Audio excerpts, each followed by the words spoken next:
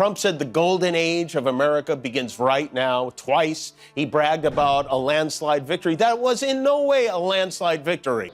And to give the people back their faith, their wealth, their democracy, and indeed their freedom. Election is a mandate to completely and totally reverse a horrible betrayal and all of these many betrayals that have taken place.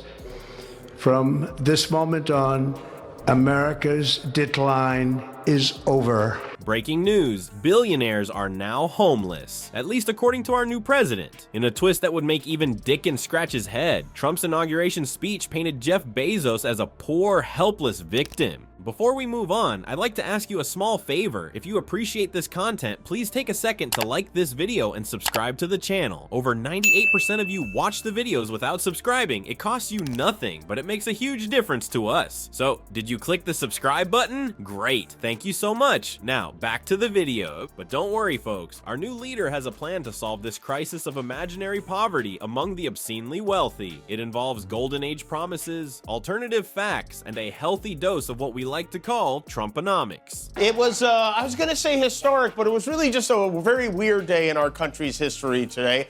A day that was unimaginable 4 years ago, and it's still pretty hard to wrap your head around. Donald Trump became the first convicted felon to be sworn in as President of the United States today. He is selling inauguration Bibles to celebrate.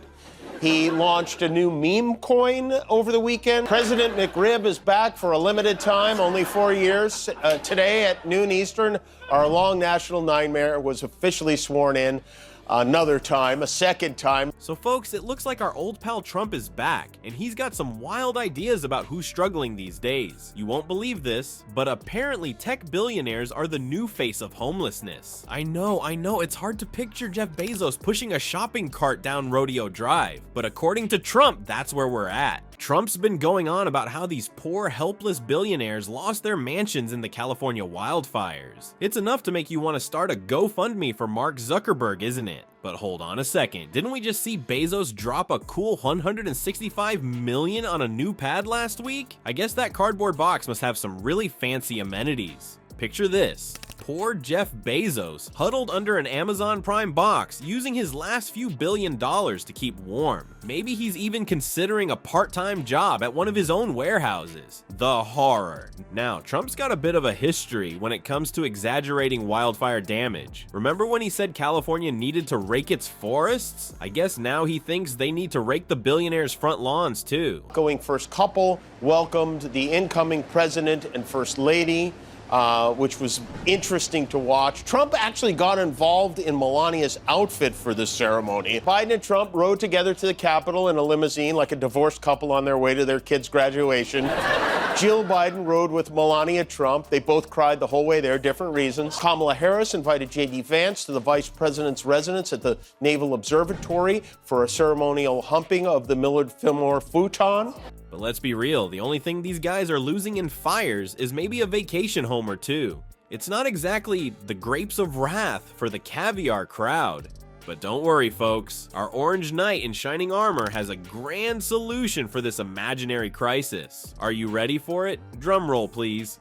More tax cuts, because if there's one thing that'll solve billionaire homelessness, it's making sure they have even more money they don't know what to do with. I can see it now, Elon Musk finally able to afford that second yacht he's been eyeing. Tim Cook no longer having to choose between a new private jet and a small island. It's heartwarming, really. Well folks, it looks like our favorite orange-tinted reality star is back at it again, and this time he's got a victory so big, it's invisible. That's right, Trump's claiming he won the election in a landslide. I guess he's using the same math that makes him think his hands are huge. Now, I know what you're thinking. Didn't this guy lose both the popular vote and the electoral college? Well, apparently facts are just suggestions in Trump's world. It's like he's playing a game of opposite day, but forgot to tell the rest of us we were playing. He was in the building. He was being chased by a man dressed as a buffalo, but he showed up anyway.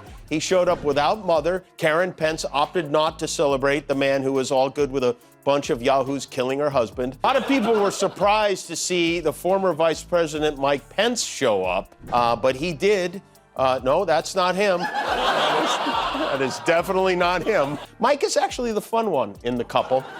The award for best dressed at today's inauguration, let's go back to that, went to Senator John Fetterman, who it looked like his mom interrupted his Fortnite game and forced him to come downstairs. But hey, let's give credit where it's due. Trump's been consistent in one thing, crying rigged election every time things don't go his way. It's like his version of the dog ate my homework, except the dog is democracy and the homework is his dignity. So what's Trump's rock solid proof for this landslide victory? Brace yourselves, because this is where it gets really nuts. Our man Trump, in a move that screams stable genius, launched a meme coin just days before his inauguration. And get this, he claims it's worth around $41 billion. That's right, folks. Trump's evidence for his victory is about as real as the value of his meme coin. It's like trying to pay your taxes with Monopoly money. Fun idea, but it's not gonna fly with the IRS.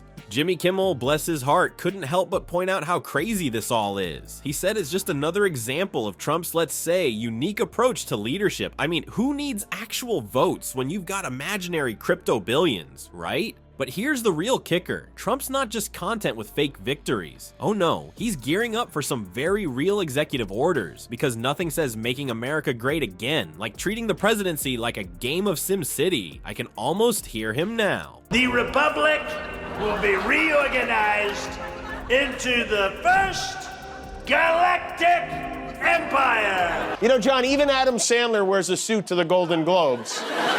After he was sworn in, Trump gave his second inaugural address, which I have to say was more ominous than I anticipated.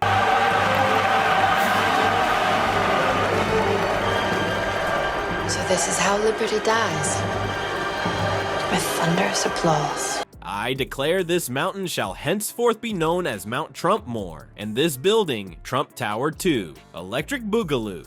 Well, folks, it looks like our long national nightmare is back for a second season. Jimmy Kimmel hit the nail on the head when he said Trump's inauguration was like watching our sold to the highest bidder. I mean, who needs democracy when you can have a billionaires club running the show, right? The whole thing was very formal. You could see Melania Trump being escorted into the rotunda by her new boyfriend.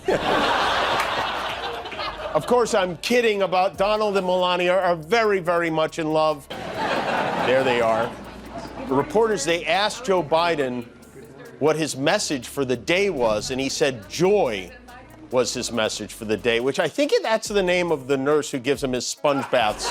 The whole Trump family came out of their holes to celebrate. First, marionette-in-law Jared Kushner is back. You can see him here saying hello to all the billionaires who showed up. Kimmel couldn't help but marvel at the sight of powerful men bowing down to the Great Orange One. It's like watching a bunch of kindergartners fighting over who gets to be the teacher's pet. But instead of gold stars, they're hoping for a chance to cozy up to the new boss and maybe snag a fancy government job. Remember, in Trump's America, facts are like those weird vegetables your mom used to make you eat. Totally optional, so buckle up, buttercups, because we're in for a wild ride. At least we'll always have Kimmel to keep us laughing through the tears, even if those tears are from the onions Trump's using to garnish his truth sandwich.